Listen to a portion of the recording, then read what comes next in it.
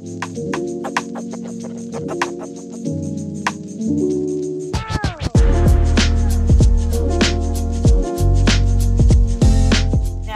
I believe that the main character, the protagonist, was also Latino, or do they go by they, them?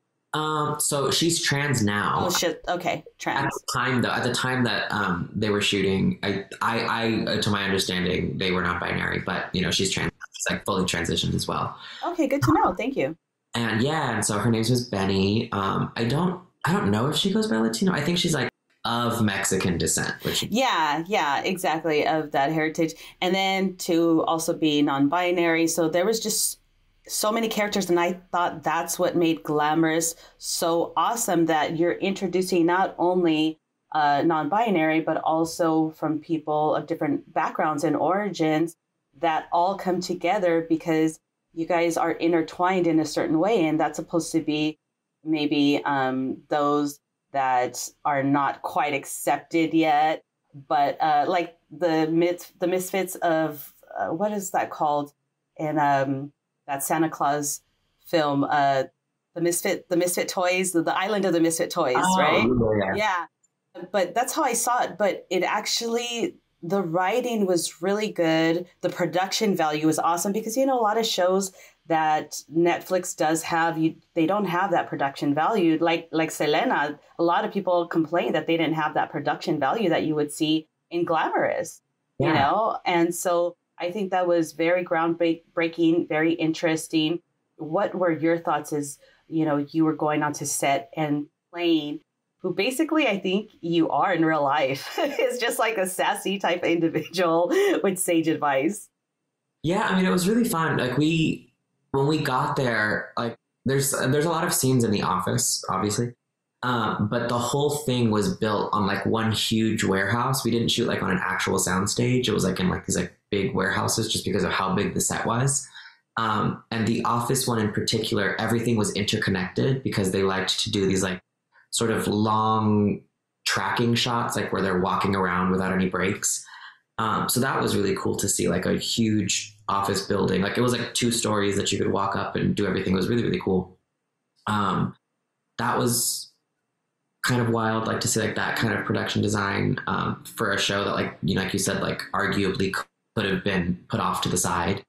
I think too, we were produced by CBS, which was really special.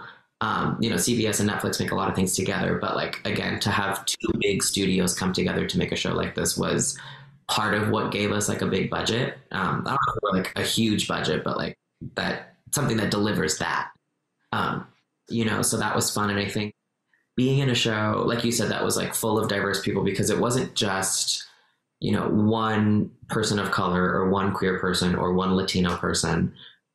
There was really like a gamut of people that, A, would live in New York, it's a diverse city, and B, would also be in these jobs, like these like very, I don't even know what the word is, like fashion and makeup, you'd expect people of diverse backgrounds to be in. I think it's not like a waspy corporate, like it's not Merrill Lynch. If we're talking about Merrill Lynch, somebody could argue, oh, they shouldn't be able to wear stilettos as a expert. Yeah. But it's like, we're at a makeup company. Like, we're at a makeup company. So I think that also provided a level of freedom that was really exciting, and, worked with the story, but also worked with, I think, expanding other people's understanding of what people are allowed to look like and be like, because I think a lot of people watched the show for Kim, and I think there was a lot of Sex and the City fans that like wanted to see what Kim Cattrall was up to. That might not necessarily have had that person in their life, like my character's name was Dismal, or like Benny's character's name, who's Marco. They might not necessarily have that reference point. So I was really grateful to be a part of something that, somebody would watch for Kim Cattrall because she's great, but also might, teach somebody something on the other side.